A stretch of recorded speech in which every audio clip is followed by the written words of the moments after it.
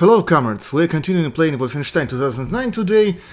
I remind you that we are rescuing a partisan lady who did not exist. Unfortunately, whilst assaulting a castle, it's not a beautiful princess we are rescuing, like this one for example. This Russian cosplayer has recently had a birthday, so I supposed I should advertise her here a little bit. Здрасте, товарищи, мы продолжаем играть в Wolfenstein 9 года, и вот мы штурмуем замок, спасаем вот лидершу партизан, которых на самом деле не было. К сожалению, это не прекрасная принцесса, вот как, например, вот эта косплейщица, отечественная Алиса Арефьева. У нее недавно был день рождения, поэтому я решил вот что разумно ее здесь прорекламировать слегка. And the last time when I was recording a video, when I was recording this video exactly, I didn't switch on my mic and didn't spot it. So as a result, I have recorded the video but didn't record my voice record. Yeah, in English this wasn't the first slog record. So as a result, this video won't be just usual walkthrough, which I usually do, but sort of a lecture with a video from a game. I will do this content intentionally later, but for now I just want to walk through all of Wolfenstein 2009. Я просто последний раз, когда писал видео, вот, собственно, вот это видео, я не подрубил микрофон и не обратил внимания, что он не подрублен у меня. В итоге я записал видео, но не записал, что я говорю. И в итоге вот теперь это вот видео будет не обычным вот прохождением, которое я обычно делаю, а оно будет фактически такой лекцией с видео из игры. Впоследствии я буду вот прямо целенаправленно делать подобный контент, то есть видеолекции такие с видео рядом из игр. Но сейчас я хочу просто пройти Wolfenstein и спокойно, и потом уже разбираться, что делать дальше. То есть потом вот что-то похожее, но целенаправленно сделанное, а не так вот, что я записал видео, и я не знаю, что дальше с ним делать, но без голоса. Вот, я тоже буду делать. So, later I will make a content like this, but intentionally made. Not like this time when I have recorded a video, but didn't record my voice, and I don't know what to do with this. And I promised you that I will tell you about the siege of Constantinople next time. Я обещал, что я вам расскажу про осаду Константинополя. Death's head.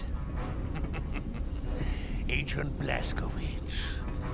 When I heard the reports you were in town, I could not believe my good fortune.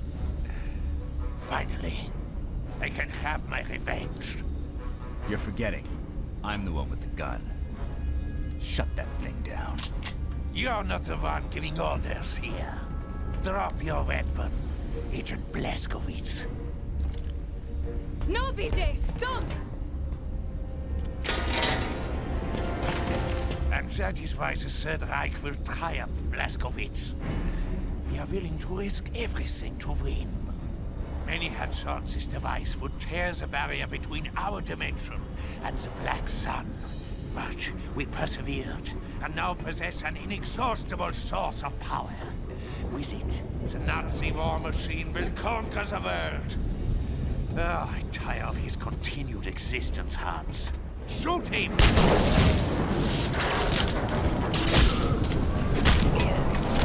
BJ, run! Nein! Nein! No!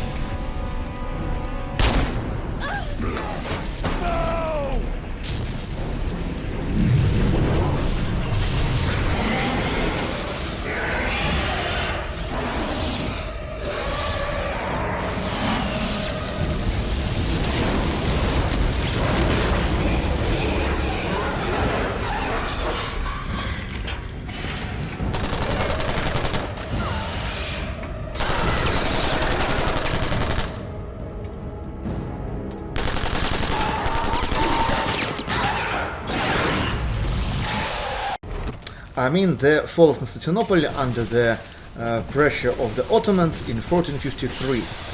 Я имею в виду, естественно, правовое падение Константинополя 1453 года под натиском осман.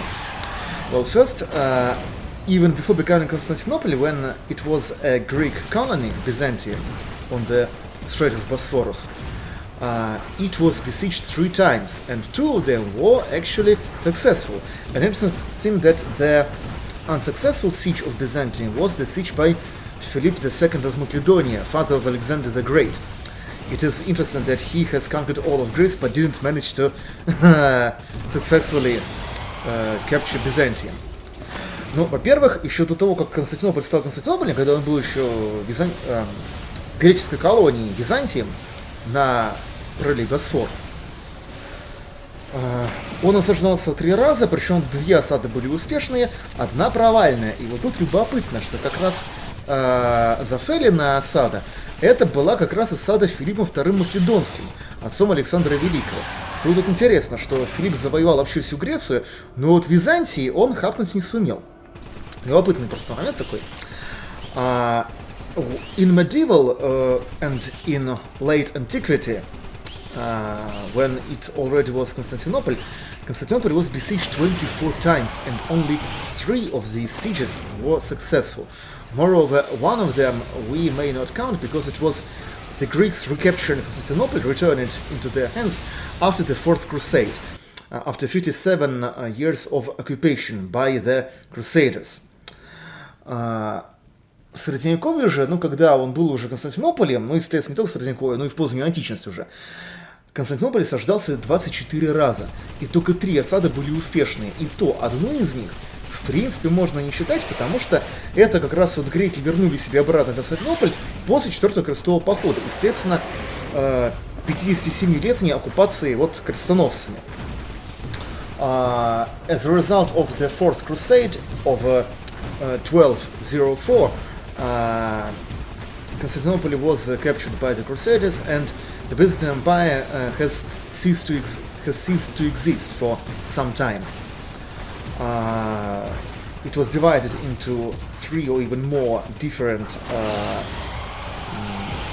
empires, countries, but then they have all united together when they have finally recaptured Constantinople from the Crusaders.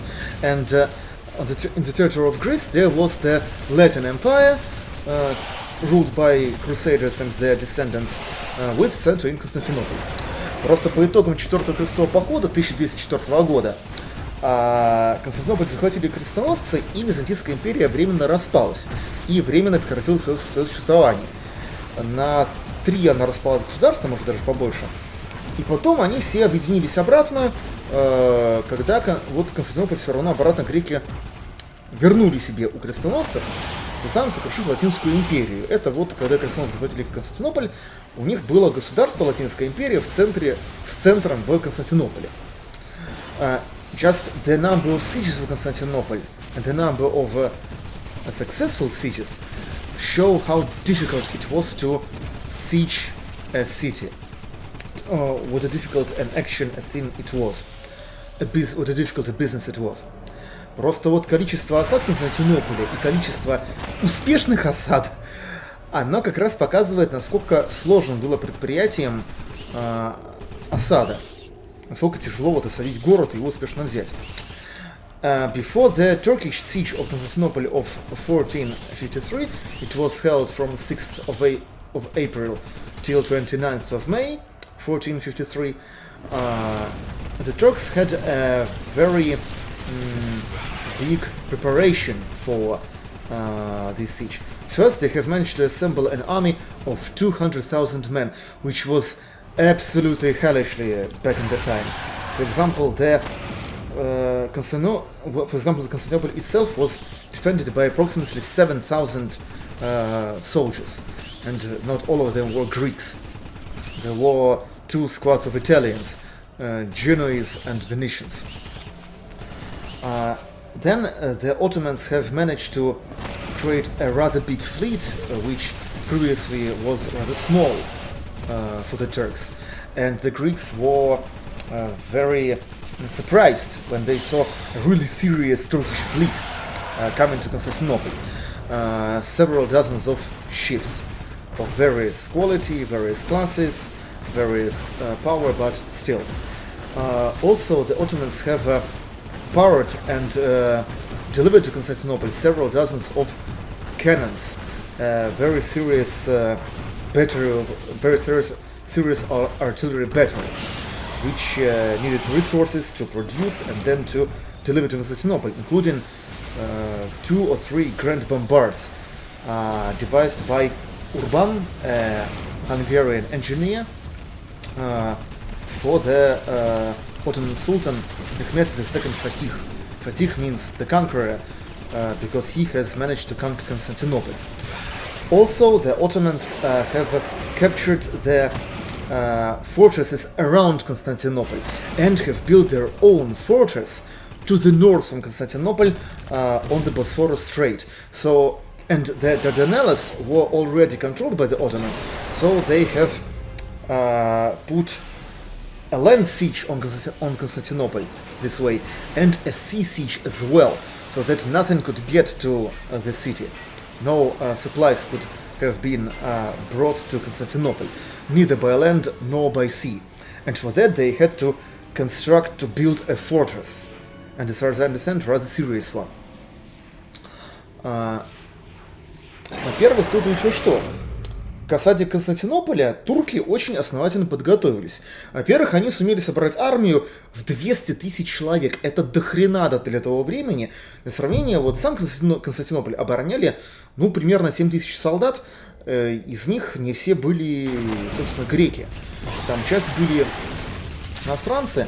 Как раз был отряд вот из Генуи и Венеции. Ну, относительно большие отряды.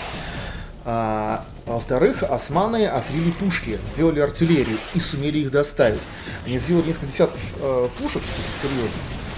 Там довольно много, опять же, для того времени. К тому же, в том числе, включая вот 3 дизайна больших, ну там по разным данным, то ли 1, то ли 2, то ли 3 больших бомбарды, больших османских бомбарды. Отлитых вот как раз по проекту инженера Урбана, венгерского инженера, который он вот разработал и который он открыл, соответственно, для османского султана Мехмеда II Фатиха. Фатих — это завоеватель, потому что он сумел завоевать Константинополь. И также турки сумели отгрохать, да, значит, еще они сумели вот эту всю артиллерию свою доставить Константинополю, что тоже, на самом деле, не так просто. И турки сумели отгрохать серьезный флот касательно Константинополя. Просто до этого османский флот был, ну, такой относительно мелкий, насколько я разобрался, а тут они построили несколько десятков кораблей, разные, опять же, там, разных классов, разной мощи, и тем не менее. Но все-таки сумели построить флот, и византийцы очень сильно удивились, когда увидели такой серьезный прямо османский флот. Плюс к этому что? Османы завоевали вот крепости вокруг Константинополя. И плюс к этому они возвели свою собственную крепость на Босфоре, к северу от Константинополя. Дарданеллы уже контролировались турками, и в итоге они за счет вот захвата крепостей и постройки крепости, причем, я так понимаю, достаточно серьезно, на Босфоре, к северу от Константинополя, они сумели в итоге его обложить еще со сторон, в том числе с моря. То есть у них была одновременно организована и сухопутная осада, и морская осада, чтобы вообще вот никакие припасы в Константинополь было не провести вообще. Вот, also, take in consideration that Mehmed tried to negotiate with the last emperor, Constantine XI Paleologos, about giving the city away. Mehmed offered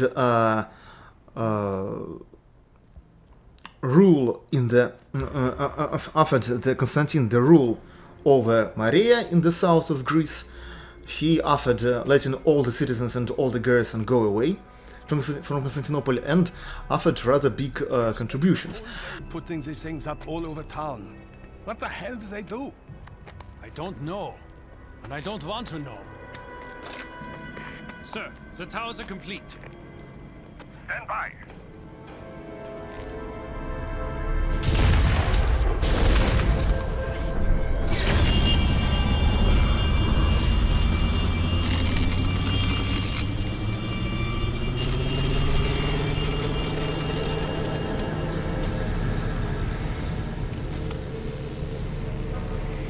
Are they active? Yes, sir. All the towers are active. Very good. Return to base immediately.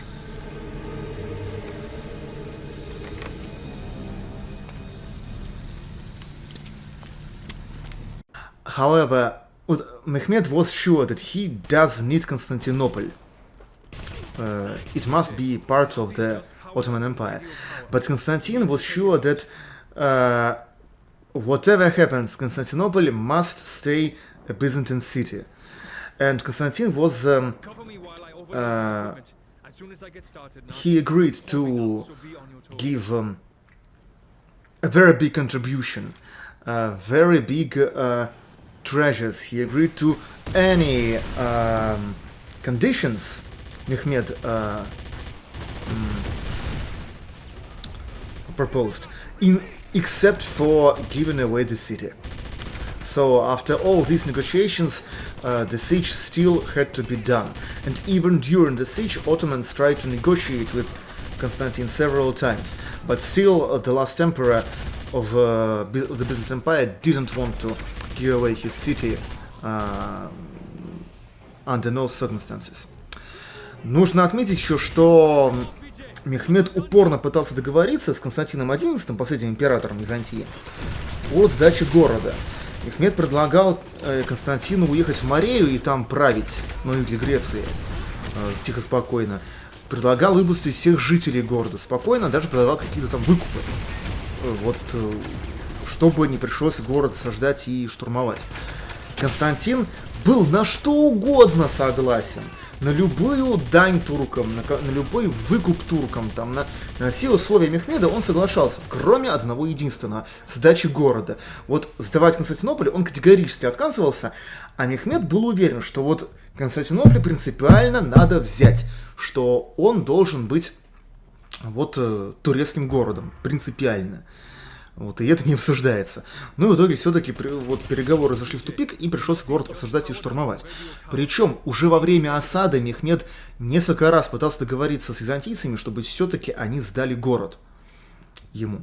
Но вот не получилось. В итоге его штурмовали.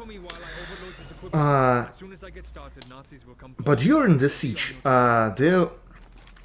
almost at the beginning of the siege, the Ottomans tried to breach the walls and assault the city, but this assault was fended off. Also, on the 12th of April, there was a very fierce battle in the Golden Horn Bay. On one hand, the Turks didn't manage to defeat the Byzantines, but the Byzantines themselves also had to retreat to the port of Constantinople. Значит, во-первых, еще почти же в самом начале осады там была попытка штурма города турками. Но штурм не удался, византийцы отбились тогда. А во-вторых, 12 апреля была очень ожесточенная битва в бухте Золотой Рог.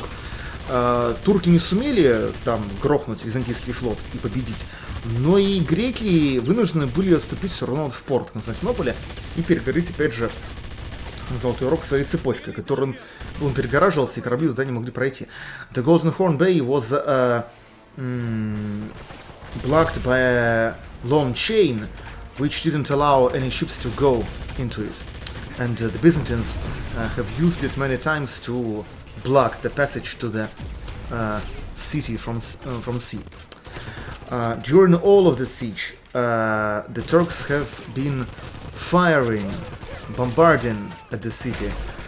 From artillery, as far as I understand, it was not only gunpowder artillery, but maybe it was also like trebuchets or something, or various different other machines like it.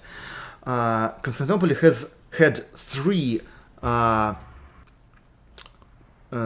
circles of walls, and Ottomans gradually have been piercing through them by constantly bombarding them.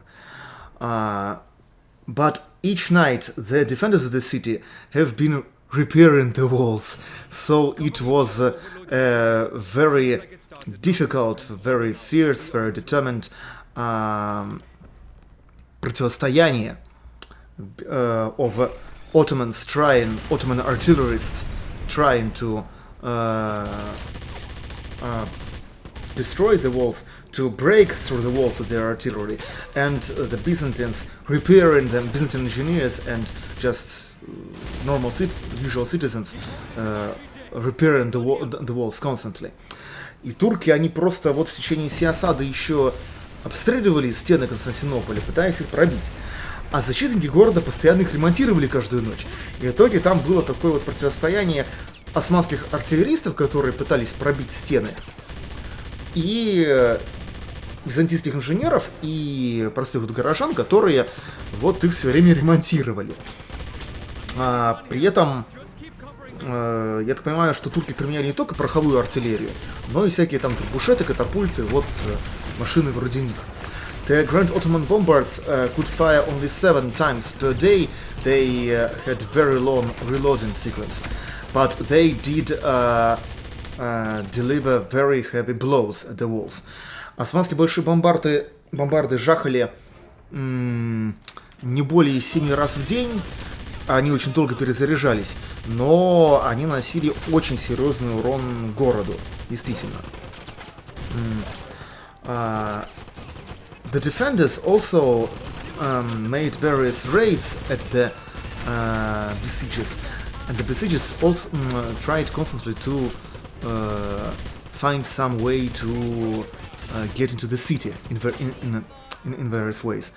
Также осажденные они все время проводили такие вылазки вот на осаждавших, как-то вот их пытаясь им как-то помешать осаждать город. А турки вот пытались всячески тоже проникнуть в город разными путями. The Turks have also tried to bury the moat surrounding Constantinople, but each time they have buried some part of it, Byzantines have dug it out back. One time the Turks have put a siege tower over the moat and have successfully buried it, but in the night the Byzantines have put fire barrels with gunpowder to this siege tower and blowed it up. And this story has repeated itself several times. But in the end, after all, the Turks managed to bury the moat in one or, I don't know, maybe in several places. Значит, турки еще пытались закопать ров вокруг стен Константинополя, но византийцы все время откапывали обратно. В итоге турки поставили через ров осадную башню над рвом, и вот под ней уже спокойно его закопали. Византийцы подложили ночью порох, бочки с порохом в башне, и взорвали ее. И вот эта история повторялась несколько раз. С осадными башнями и закапыванием рва. Конечно, счете, все-таки турки сумели несколько раз закопать ров, и византийцы такими сумели его откопать. Вот с этими башнями. Also, the Turks have tried to dig mines to the, horizontal mines to the walls of Constantinople and make them fall. But the Byzantines have found out about that, and some of the Turkish mines were burned by the Byzantines, some were flooded. In one mine, the Byzantines have dug their own mine from the other side, and when they have met, the Byzantine soldiers have breached into the Turkish mine and cut down the sappers. In total, the Turks tried to make 14 mines, but all of them were destroyed by the Greeks. Еще турки пробовали делать подкопы, чтобы обвалить стены Константинополя. Всего они сделали аж 14 подкопов, но византийцы этот момент просекли, часть подкопов сожгли, часть затопили, а в один подкоп они прокопали подкоп свой собственный с другой стороны, и туда ворвались византийские солдаты и повырезали саперов турецких. In the final assault at the city walls, there were 3 breaches in the walls, and the Turks have managed to defeat the defenders of the city in 3 waves of attack. The last one was conducted by the Janissaries, the elite of the Turkish army back then. Ну и финальный штурм Константинополя, вот он на 29 мая, 29th of May. К нему турки сумели пробить 3 бреши в стенах города, и в 3 атаки сломили защитников и взяли город. Причем последнюю атаку там шли как раз янычары, вот элита османской армии того времени. Also, the Turks have managed to drag their ships into the Golden Horn Bay through via the land. The Byzantines were very surprised by that, but still tried to silently come to the Turkish fleet in night and burn it. But the Turks found out about it, and right when the Byzantine diversion was ready, they shot it artillery at the flagship with the admiral, which tried to do that. So this diversion was also a failure. Еще вот турки перетащили по суше просто свой флот Золотой Рог. Византийцы это увидели и попытались сжечь его ночью. Но турки это просекли, и как раз когда византийцы были уже готовы вот подойти по-тихому к турецким кораблям, османы открыли артиллерийский огонь по флагману, где был адмирал греческий, который собирался вот провести диверсию, и они его потопили в итоге. Вот. И турецкий флот в итоге здесь тоже не грохнули. So I think that's it for today, comrades. Looking at the time that I have already been recording, I'm sorry that this video has been released so late. I'm sorry that I am such a fool that didn't even spot a mic that did not work. But still, I hope it won't happen again. Ну и на сегодня тогда закончим, товарищи. Это, смотрю, по времени уже пора просто заканчивать, потому сколько я уже пишу. Прошу прощения, что видео так поздно выходит, что я вот такой дурак, не заметил, что мой микрофон не работает. Но, надеюсь, больше этого все-таки не повторится. Спасибо большое за внимание. Thank you very much for your attention.